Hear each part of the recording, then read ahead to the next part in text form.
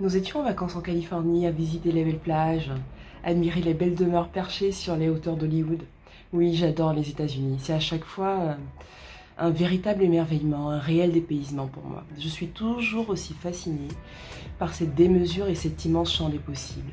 Mais cette année-là, malgré la magie qui opérait, j'ai très rapidement été envahie par une espèce de, comment dirais-je, de mélancolie.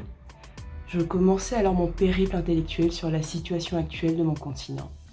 Comment expliquer que l'Afrique soit si loin derrière les États-Unis? Au-delà de tout sentiment de haine ou de rancœur, j'avais juste envie de comprendre. De réflexions en réflexions, j'arrive à une triste conclusion. Je me rends compte que je ne maîtrise que très peu mon histoire, celle de mes parents, de mes grands-parents. Je ne connais tout simplement pas l'histoire de mes ancêtres. Mais alors, que puis-je transmettre à mes filles si je ne connais pas mon histoire? Le réaliser m'attriste énormément. Cela dit, une étincelle me brille dans les yeux quand je pense à l'amour que nos filles portent à l'Afrique grâce à nos voyages répétés en Côte d'Ivoire.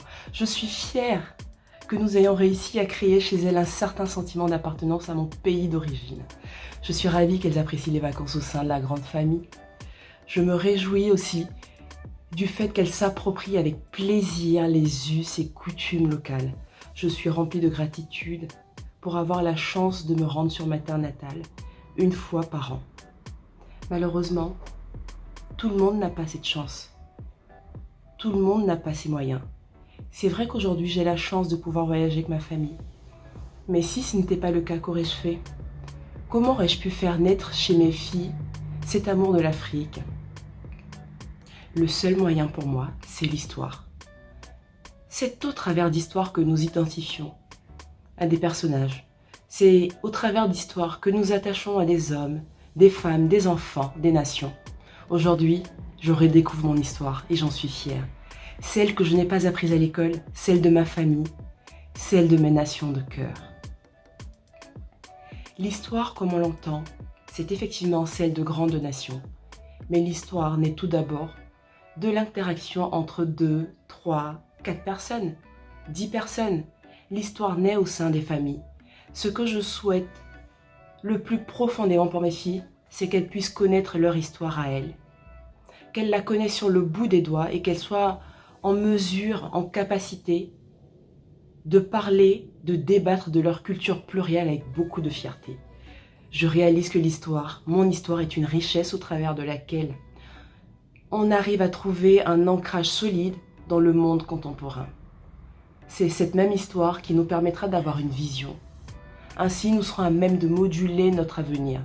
Ainsi, je serai à même d'atteindre un niveau satisfaisant d'épanouissement personnel. Je suis en quête de vérité et d'authenticité et non à la recherche d'un conflit.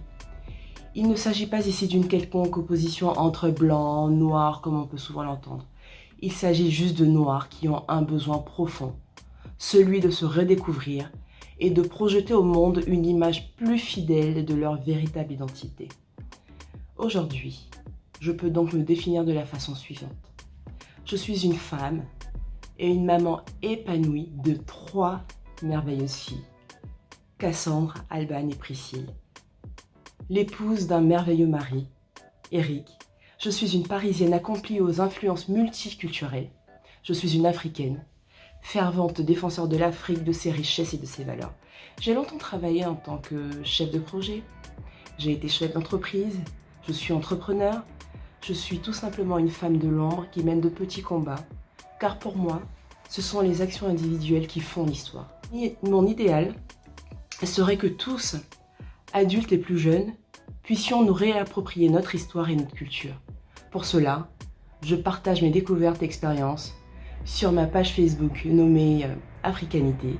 J'y poste articles et documentaires, débats pour aider les Africains à prendre conscience de leurs valeurs et de leur légitimité. Je lance également une chaîne YouTube qui me permettra de montrer l'Afrique dans sa diversité. J'y aborderai des sujets aussi bien contemporains qu'historiques. C'est une aventure géniale et excitante à laquelle je participe avec beaucoup d'enthousiasme et de bienveillance.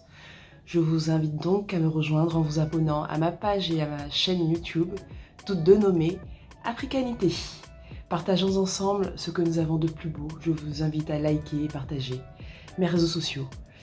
et vous suis très très très reconnaissante pour le temps que vous avez consacré à m'écouter. À bientôt.